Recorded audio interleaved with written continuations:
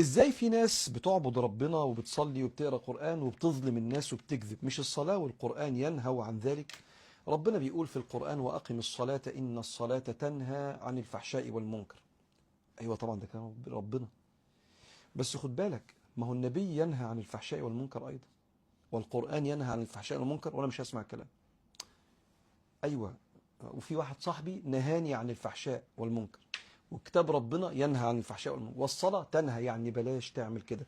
الصلاة لما أصلي والقرآن لما أقرأ أحس بالصوت اللي جوايا، ضميري ونفسي اللوامة صحيت ببركة هذه العبادة، بس أنا مش هسمع كلام، عشان شهوتي وهوايا أقوى بكتير من تأثير عبادتي، لأن أنا عبدت ربنا، اللي بدور على الثواب، خايف من العقاب، حاجات كتير قوي، بس مش ناوي أنتهي عن الفحشاء والمنكر.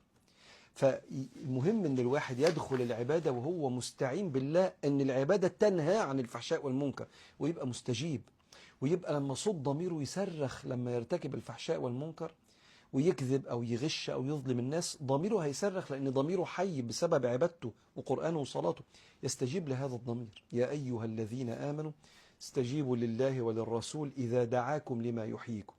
وربنا بيدعوني ازاي؟ هيكلمني زي سيدنا موسى يعني؟ ولا هيطلعني عنده زي سيدنا محمد في المعراج؟ لا، صوت كلام ربنا هيبقى حي في قلبي، استجيب او اسكته، وقد خاب من دساها.